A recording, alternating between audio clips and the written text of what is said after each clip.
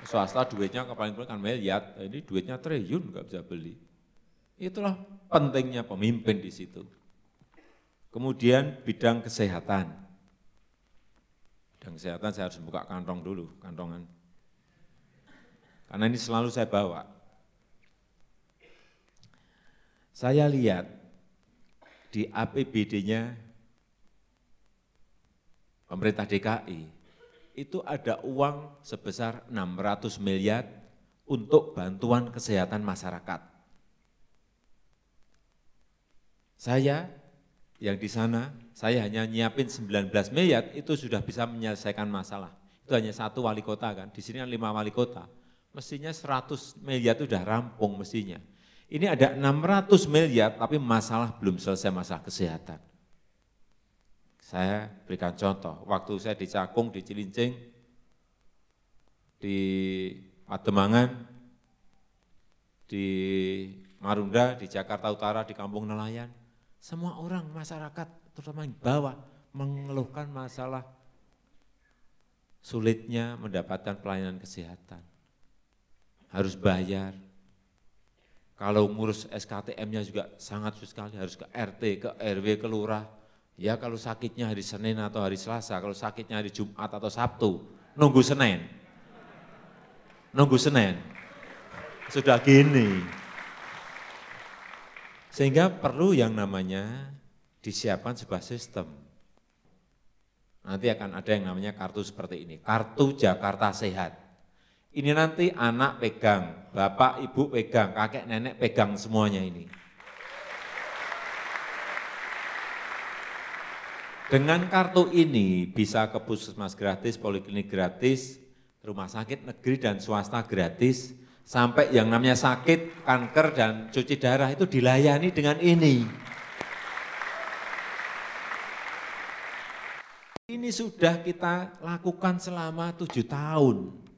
Dulu waktu saya jadi wali kota, setiap hari didatangi 60, 50, 30 warga yang anaknya sakit, nggak bisa masuk rumah sakit. Bapaknya sakit di rumah sakit, nggak bisa bawa pulang, nggak bisa bayar. Tapi setelah kartu ini keluar, nggak ada yang ke saya lagi. Di sini dengan 600 miliar, mestinya itu bisa diselesaikan. Mestinya bisa diselesaikan. Sistemnya sistem kartu seperti ini. Dengan sistem kartu Jakarta Sehat. Ini yang saya kampanyekan terus di kampung-kampung, di bantaran, di masyarakat-masyarakat bawah. Dan mereka betul-betul, Pak, kapan saya dapat itu Pak? Loh kok kapan? Ya setelah saya jadi gubernur dong, gitu. Karena kemarin saya baru gini-gini ada yang minta, Pak saya sekarang langsung daftar, saya minta.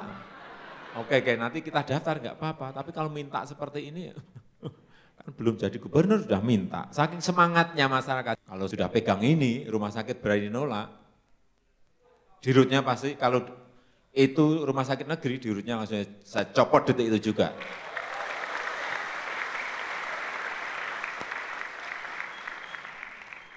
Kalau rumah sakit swasta, nolak juga, saya panggil pasti saya sampaikan.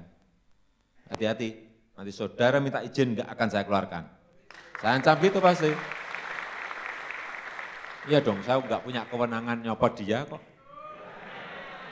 Izinnya hati-hati izin, kamu izin kesehatan, izin IMB, izin SIUP, TDP, kamu harus ke saya. Artinya apa? Kekuasaan digunakan untuk hal yang baik. Kekuasaan dipakai untuk memperbaiki, mensejahterakan. Bukan dipakai untuk cari uang, cari duit. Tidak. Dan yang kedua kan ada kartu Jakarta Pintar seperti ini. Kartunya seperti ini. Saya lihat, jangan ada yang ngomong-ngomong lagi lah. Sekarang sudah gratis dari SD sampai SMA. Mana? Di Jakarta Utara coba sisir. Yang DO di SMP, di SMA, SMK banyak sekali kok. Nggak bisa melanjutkan sekolah. Padahal anggarannya kira-kira hampir 1,4 triliun. Saya nggak habis berpikir duit segede itu, nggak bisa menyelesaikan masalah. Sehingga perlu disiapkan sistem yang namanya ini, sistem Jakarta Pintar seperti ini. Anak-anak pegang semuanya ini. Udah SD sampai SMP, nanti gratis dengan ini. Dan untuk yang betul-betul yang tidak mampu, yang sangat miskin, sangat-sangat miskin, nanti pegang yang platinum seperti ini. Ini pakai sistemnya kayak kartu kredit. Yang platinum jangan ditepuki, yang platinum yang sangat miskin. Kalau pegang kartu platinum yang ini jangan bangga, ini yang sangat miskin. Sehingga nanti yang pegang kartu ini diberikan baju, diberikan baju seragam, sepatu, dan untuk buku-bukunya gratis. Dan biaya-biaya sekolah, ini sistem yang akan menyelesaikan. Dan cara ini yang akan menggiring anggaran itu tidak bocor kemana-mana. Jadi dibangun sistemnya dulu, baru duitnya dicari.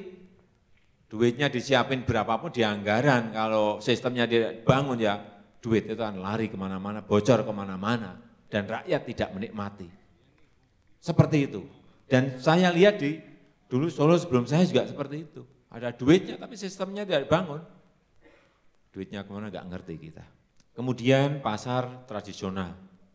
Bahwa pasar tradisional itu adalah tempat showroomnya produk petani. Showroomnya produk nelayan, ikan dan lain-lain. Yang petani tadi sayur, buah dan lain-lain. Aduh saya mau gini aja kok sulit. Satu produknya petani, dua produknya nelayan, yang ketiga produknya pengrajin. Pasar tradisional mestinya harus dibangun secara total. Jangan sampai ada pasar yang becek, yang bau, yang tidak tertata. Saya dengan 3,5 triliun itu separuh dari pasar yang ada di Solo sudah kita selesai dan saya berikan gratis pada pedagang. Di sini harus bayar 300-200 juta. Saya nggak ngerti orang-orang kecil yang seperti itu harus dibebani lagi dengan beban-beban seperti itu. Bahwa nanti pasar tradisional itu dibangun tapi tidak membebani pedagang seperti yang sekarang.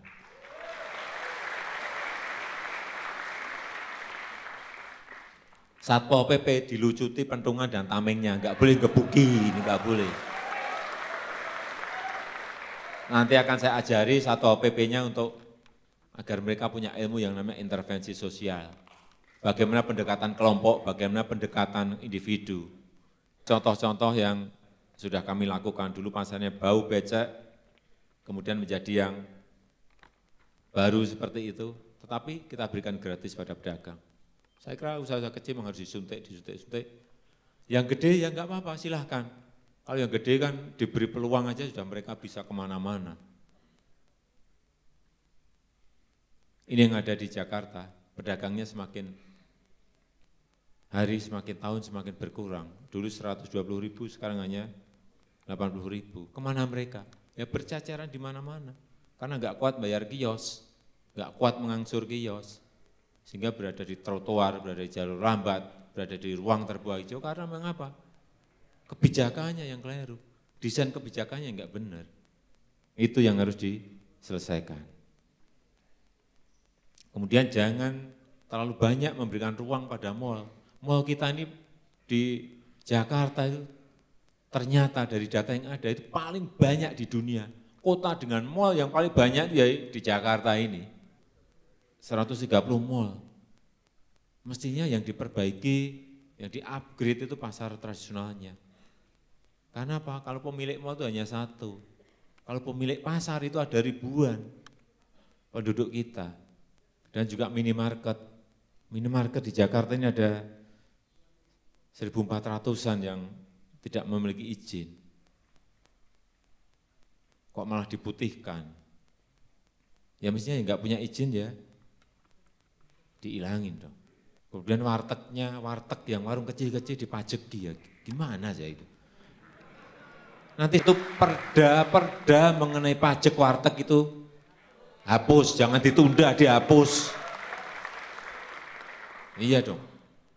Kecil-kecil ini harusnya diangkat agar bisa levelnya menjadi meningkat ke yang di atas, jangan malah dipajeki kayak gitu. Enggak makin gede, makin jadi kerdil nanti mereka. Juga masalah taman-taman kota juga sama, ruang terbuka hijau juga sama. Kita ini sangat kurang sekali, idealnya harusnya 500. Tapi yang kita punya hanya 80 taman. Terus nanti sisanya dari mana? Ya sekali beli tanah. Buat taman. Harus berani seperti itu, harus ekstrim. sekali lagi duitnya ada. Kalau pemukiman, ini gambaran singkat saja ya. Mestinya kayak di Kuningan ini ada banyak kantor, Sudirman banyak kantor, di Tamrin banyak kantor. Mestinya di dekat itu tuh harus ada apartemen sedang atau rusun sedang yang harganya sedang dan harganya murah untuk karyawan. Sehingga mobilitas orang itu tidak kesininya berbondong-bondong naik mobil. 2 juta mobil, 1 juta mobil setiap hari masuk, hasilnya macet. Tapi kalau rusun itu, apartemen itu ada di dekat-dekat kantor, staf kantor, karyawan kantor ini tinggal jalan kaki ke kantor, tinggal naik bus atau naik tram atau 1 halte cukup, sehingga murah, biaya hidup juga murah, dan mobilitas orang di jalan itu berkurang sangat drastis. Ini saya kira nanti yang akan mengurangi kemacetan.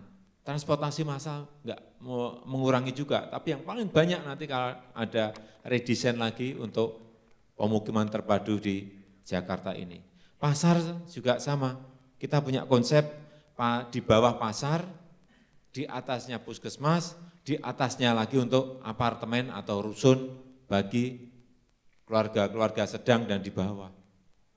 Sehingga mobilitas orang tidak ke pasar harus naik mobil, sudah turun ke bawah, belanja di bawah, naik lagi sudah sampai rumah, naik lift lagi sampai rumah. Sistem itu kalau dilakukan, dan saya lihat semuanya negara melakukan itu. Jadi mobilitas orang di jalan, mobil berpilihan di jalan menjadi berkurang sangat drastis. Saya kira itu yang bisa saya sampaikan pada kesempatan yang baik ini. Terima kasih. Wassalamualaikum warahmatullahi wabarakatuh. Warahmatullahi wabarakatuh. Pak Jokowi, Luar biasa. Bapak Basuki, Luar biasa.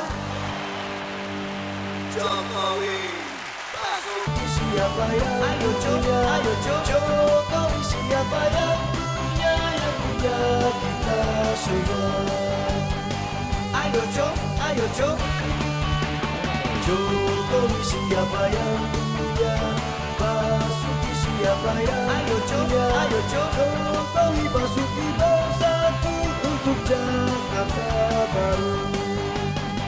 Ayo Jo, Jokowi.